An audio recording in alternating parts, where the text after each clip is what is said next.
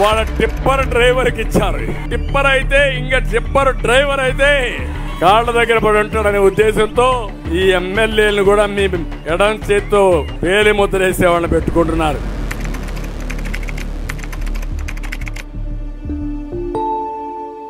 నా వృత్తి ఇస్తుందండి.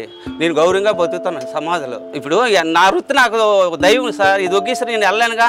నేను ఆటో డ్రైవర్ని, సమాజం గౌరవంగా బతుకుతున్నారు. అది తప్ప నేను పేదవాడిని అయి ఉండొచ్చు, అంత మాత్రం చులకంగా చేసి మాట్లాడడం అనేది కరెక్ట్ కాదు. నా వృత్తి నా దైవంతో సమానం. ఇప్పుడు లారీ డ్రైవర్కి సీట్ ఇవ్వడం అనేది ఆయనకి తప్పు పని కాదు కదా. అది నేను ఒక ఆటో డ్రైవర్ని. డ్రైవర్ల గురించి ఆత్మాభిమానం లేకుండా మాట్లాడిన చంద్రబాబు నాయుడు వెంటనే డ్రైవర్లు అందరికీ క్షమాపణ చెప్పాలి. నేను న్యాయ బ్రాహ్మణుడు. నా వృత్తే నాకు దైవం. మా తాతల కానీ చూస్తున్నాం. మేము బీసీ. ఇప్పటి వరకు ఇదే చేసుకుని ఉంటామా, ఇలాగే బతుకుతామా? చెప్పండి. అది పద్ధతి కాదు. బీసీ అవని ఎవరికైనా మీరు ఇవ్వాలి.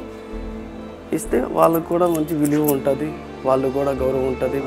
మేము కూడా 10 మందిలో తిరగడానికి మాకు కూడా ధైర్యంగా ఉంటుంది. నేను ఒక పెయింటర్ని, నేను పేదవాడిని కావచ్చు, కానీ నాకు కూడా ఒక ఆత్మగౌరవం అనేటువంటి ఉంది.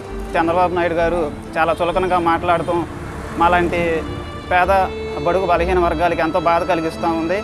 అతనికి ఎప్పుడు కూడాను పేదవారంటే చులకనగానే మాట్లాడతాడు. పేదవారి పిల్లలు ఎవరు చదువుకుంటాం ఆయనకి ఇష్టం ఉండదు.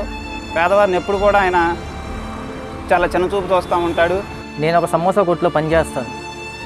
చంద్రబాబు నాయుడు గారు పేదవాళ్ళ పక్షాన టిప్పర్ డ్రైవర్కి ఎమ్మెల్యే పోస్ట్ ఇస్తారని చాలా చులకనగా మాట్లాడాడు. అంటే మాకు కూడా ఒక ఆత్మగౌరవం అనేది ఒకటి ఉంది. దీని విషయంలో చంద్రబాబు నాయుడు గారికి పేదవారి పక్షాన క్షమాపణ చెప్పాలి. ఆ సింగనమన ఎమ్మెల్యే వీరాంజనేయులు అనే ఆ పిల్లాడు టిప్పర్ డ్రైవర్. చంద్రబాబు నాయుడు గారి హయాంలో ఎంఏ ఎకనామిక్స్ బిఈడి చదివిన టిప్పర్ డ్రైవరు, లారీ డ్రైవరు అయితే మీ బిడ్డ జగన్ అదే వీరాంజనేయులను ఏకంగా ఎమ్మెల్యే టికెట్ ఇచ్చి సింగనమన ఎమ్మెల్యే అభ్యర్థిగా నిలబెట్టాడు. ఆ పేదవాడి